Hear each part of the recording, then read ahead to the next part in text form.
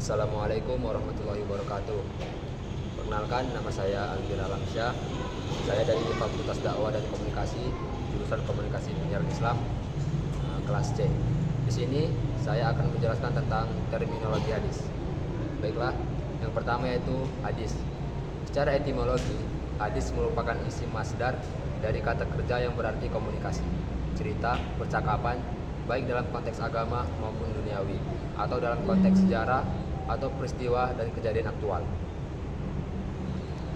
Menurut M.M. Hazmi, penggunaan kata hadis dari sudut kebahasaan dalam Al-Quran antara lain: yang pertama, komunikasi religius, pesan atau Al-Quran sebagaimana terdapat dalam Quran Surah Al-Zumar ayat 23. Yang kedua, cerita duniawi atau kejadian alam pada umumnya, seperti dalam Quran Surat Al-An'am ayat 68.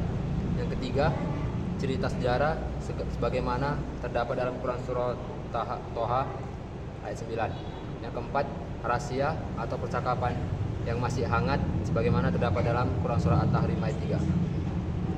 Selanjutnya, secara terminologi.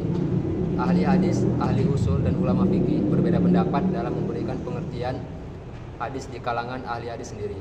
Ada beberapa definisi yang antara satu dengan yang lainnya agak berbeda. Ada yang mendefinisikan bahwa hadis adalah segala perkataan Nabi SAW, perbuatannya dan hal ihwalnya. Selanjutnya yang kedua, sunnah. Sunnah secara etimologi berarti jalan lurus dan berkesinambungan yang baik maupun yang buruk sebagaimana yang dapat dilihat dari perkataan Rasul. Barang siapa yang merintis suatu jalan yang baik, maka ia akan memperoleh pahalanya dan juga pahala orang-orang yang mengamalkannya, dan tidak menguranginya. Yang demikian itu akan pahala mereka sedikit pun. Dan barang siapa yang merintis suatu jalan yang buruk, maka ia akan menerima dosanya dan dosa orang yang mengamalkannya tanpa mengurangi dosanya sedikit pun. Sedangkan secara terminologi ialah segala sesuatu yang dikaitkan dengan Nabi SAW, baik perkataan, perbuatan, takrir, bentuk fisik moral maupun perjalanan hidup baik dilakukan sebelum diangkat menjadi Nabi, seperti bertahan di Gua Hira maupun sudah menjadi Rasul. Yang ketiga, khabar. Khabar menurut bahasa berarti annana, yaitu berita. 1. Khabar adalah sinonim dari hadis, sesuatu yang disandarkan kepada Nabi SAW dari segi perkataan, perbuatan, takrir, dan sifat. Yang kedua, khabar berbeda dengan hadis. Hadis adalah sesuatu yang berasal dari Nabi, sedangkan khabar adalah sesuatu yang datang dari selain Nabi. Yang ketiga, khabar lebih umum dari hadis.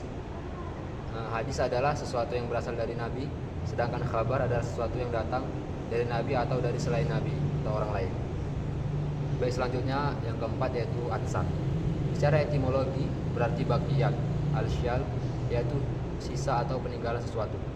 Sedangkan secara terminologi ada dua pendapat. Yang pertama, atsar adalah sinonim dari hadis, yaitu segala sesuatu yang berasal dari Nabi SAW.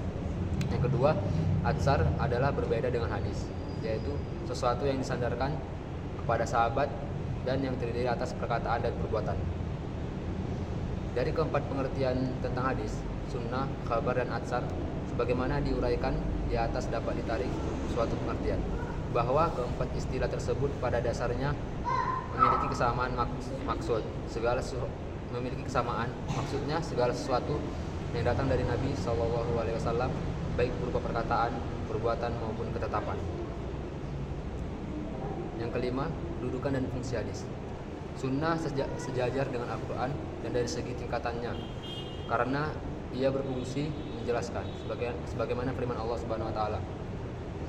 Artinya, keterangan-keterangan atau mukjizat dan kitab-kitab dan kami turunkan kepadamu Al-Quran agar kamu menerangkan pada umat manusia apa yang telah diturunkan kepada mereka dan supaya mereka memikirkan.